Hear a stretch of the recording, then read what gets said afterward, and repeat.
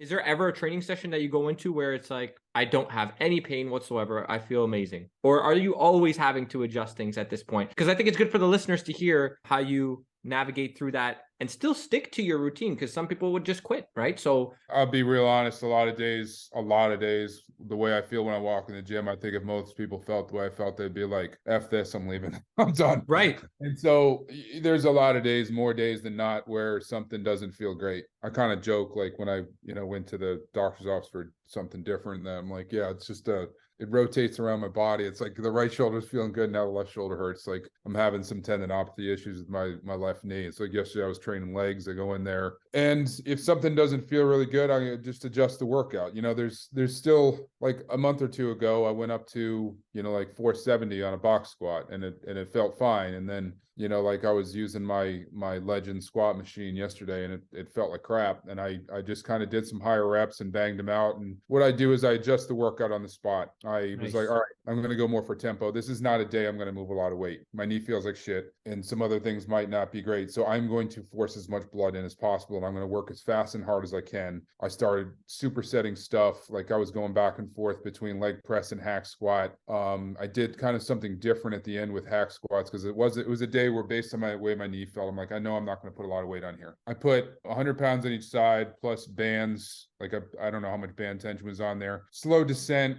I do a set of 3, wait 10, 15 seconds, do a set of 4, wait 10, 15 seconds, do a set of 5, wait 10, 15 seconds, do a set of 6, wait 10, 15 seconds, do a set of 7, after I'd already probably done like 6, 7 sets of both leg press and hack squat and other stuff. So I was like, all right, I'm just going to make myself work really hard, and to the point where I know I got something out of this, even if I'm not moving any type of monumental weight. And so I think the most important thing that I can tell people is you have to be able to switch gears in your mind. And also, one of the things that changes over time is you can't go into a workout locked into certain expectations. Like, let's say last week you had a great squat workout and you set a PR, and then you go and be like, oh, I want to beat that PR. And all of a sudden you go in and you had an idea of going heavy on squats, and it just feels terrible. My lower back feels terrible. My knee feels terrible. You're like, all right, I'm not going to get all emotional and bent out of shape and have this whole type of workout ruined. You're like, I got to salvage this workout. So what can I do? I'm just going to switch gears and completely change what my plan was. Maybe I'm just going to hammer out sets of 20 right now. Maybe I'm going to superset 5 exercises and exhaust the hell out of myself so that I can get a good workout. So no matter what, you walk out, you're like, you know what? I gave everything I had. And so was yesterday the best workout I've ever had on legs? Well, no. I had a good workout though, and I made myself work really hard. And on that particular day, that was the best I had to give. And that's what you got to realize, is that every day your best is going to be different. I love that. And I learned to appreciate that more and more, for sure, especially speaking to a lot of the older generation, such as yourself, relatively speaking, of course.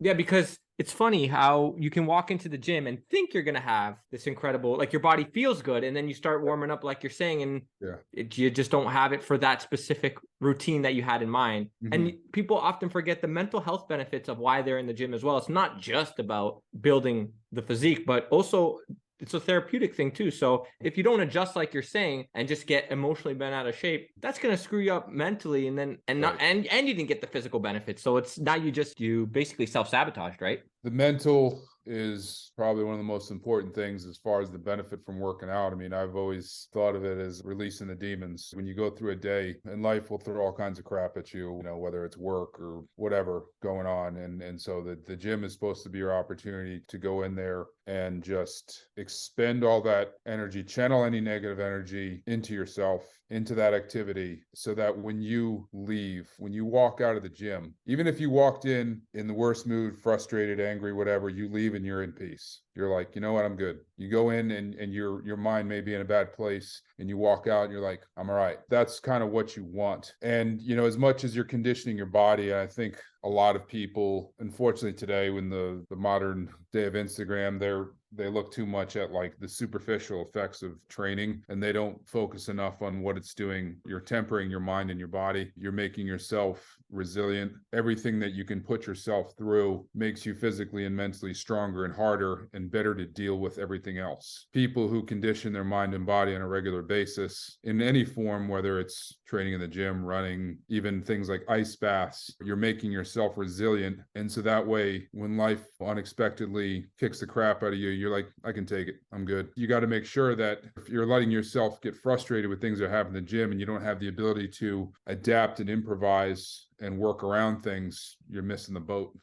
Are those sets all taken to failure? Depends a lot on what I'm doing. So there's certain things that I may take to failure and other things that don't. So let's take, for instance, big movements. And this is something that has changed for me over the years. So I would say back 10 years ago more, I would often like aim for an all-out set. Like let's say when I was squatting and probably, around my prime,